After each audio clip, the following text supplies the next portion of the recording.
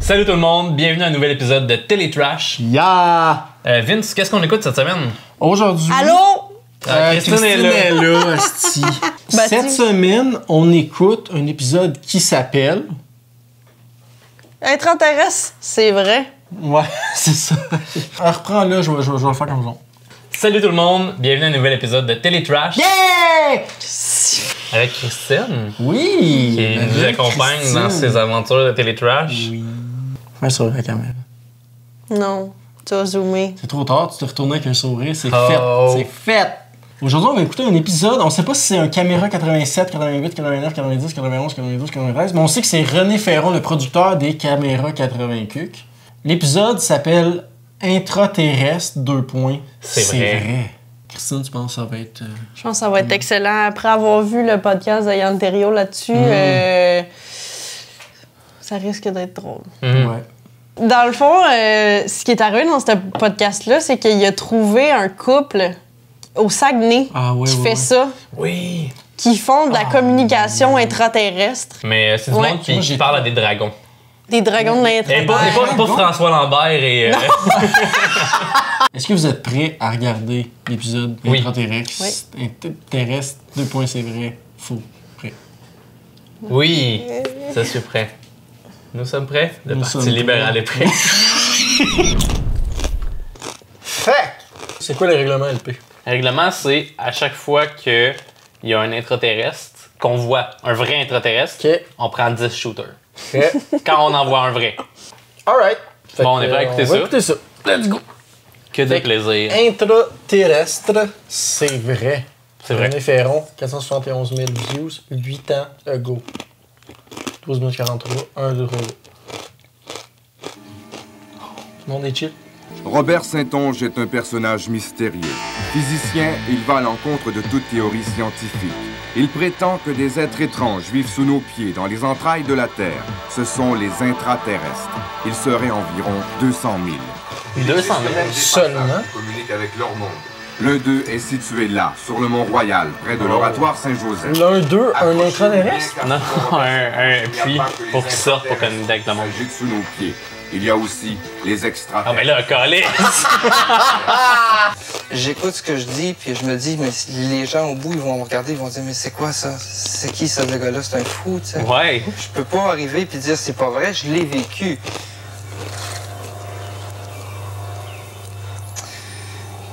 La vie de Robert Saintonge, c'est de la science-fiction. Bon, mais c'est arrivé un soir où j'ai fait un rêve. Je me suis ramassé dans une salle de cours. Là, il y a deux personnages qui sont venus m'expliquer comment est-ce que fonctionnait une soucoupe volante. Durant le rêve, on m'a donné une équation. Que je me suis levé durant la nuit pour écrire sur le bout de papier l'équation en question. À son réveil, Robert est encore secoué par son rêve. La mystérieuse équation est encore là, sur son bout de papier, mais il ne la comprend pas. Frustré, il veut à tout prix Le ouais, la remise. C'est nice ça qu'ils refassent un reenactment, mais avec la personne Avec qui l'a la vécu, qui n'est pas un acteur. Ben, c'est à partir des connaissances de la physique, ok, que j'ai dérivé la formule que ça prendrait pour faire fonctionner la machine. Et l'équation est exactement la même, quasiment même lettre pour lettre, l'équation que j'avais eue dans mon rêve. Mais son truc, c'est qu'il est allé genre à Harvard, il a écrit l'équation sur un tableau. Puis là, il y a un concierge qui est arrivé, il a fait. Il a fait plein de boules avec des Tout le long de Cocoa Beach à Plattsburgh, j'ai été suivi. Cocoa Beach, c'est Cowansville, la gang. Pour vrai? Oui. J'ai reçu à un moment donné deux personnages qui se sont fait passer pour des inspecteurs des loyers pour venir vérifier à la maison. Il y en a un qui est resté dehors à la porte, l'autre est rentré dans clairement, la t'as juste maison. pas payé ton Et du coup, loyer, j'étais tout à fait surpris. Je me dis, mais qu'est-ce que c'est ça, ce gars-là, ça? Et puis finalement, c'est que c'est on drôle, s'est le aperçu que reenactment. c'était pas un inspecteur des loyers.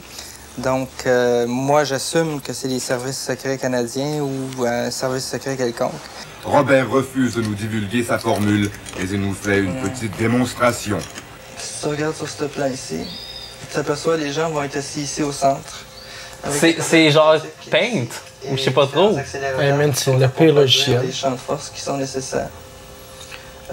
Encore une fois, la forme, si ça descend comme ça en dessous, c'est pas pour rien, c'est tout calculé de façon à maintenir à l'intérieur, en dessous, un placement. Ça vole, ça. Ça vole. Ça vole pas, ça décolle.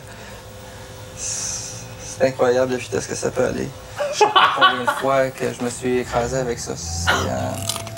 Quoi? C'est super difficile à contrôler. Là, j'accélère. Là, je m'en vais vraiment là. Là, il fait des simulations, mais clairement non, là. Crash, tu vois? Il reste malgré tout une ombre au tableau. Comment expliquer le curieux rêve de Robert? Comment se sont-ils retrouvés dans les profondeurs de la Terre? Robert n'a pas fini de nous étonner. Morphologiquement, ils sont presque identiques à nous, sauf que c'est pas les mêmes poumons, du moins c'est une modification de nos poumons normaux. Le nez est plus petit, les narines sont plus fines. C'est comme nous. C'est comme nous, on a tout l'air d'être ça. On est sur une porte. Okay, go. Regardez, si vous la voyez, vous êtes chanceux. Mais elle est là. Il est débile. C'est des portes. À notre grande surprise, nous apprenons qu'il s'agit d'une porte induite, donc invisible. Pour l'ouvrir, il faut absolument Qu'est-ce qui fait qu'un xylophone pour enfants? Robert a apporté son xylophone. Robert ouvrira-t-il cette porte? Nous dévoilera-t-il la clé de ce monde? Ben non. Le souffle coupé, nous attendons. Ça me frustre, là. Je suis frustré. Faites-vous-en pas.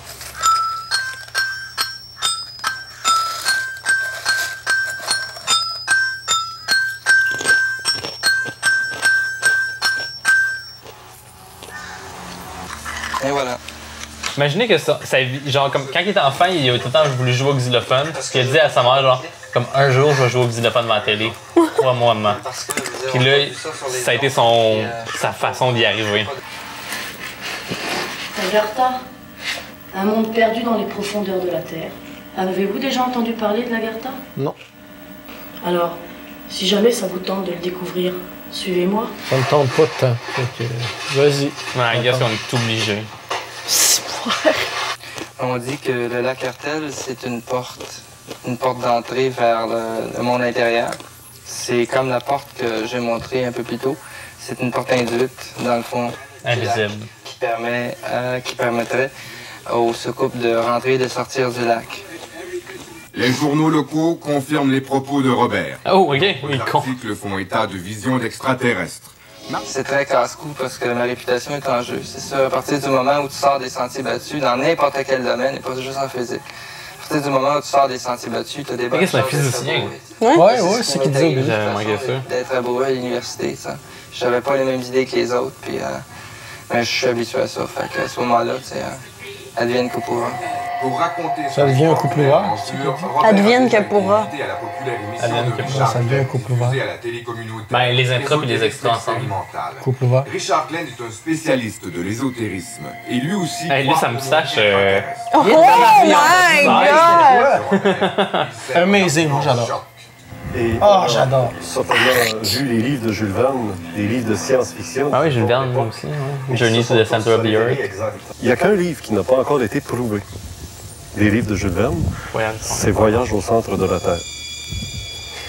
Et pourquoi ne serait-il pas aussi exact que tous les autres livres de science-fiction qui ont été prouvés? Parce que Oui, ish, là. le mot caverne ne rend évidemment pas en France.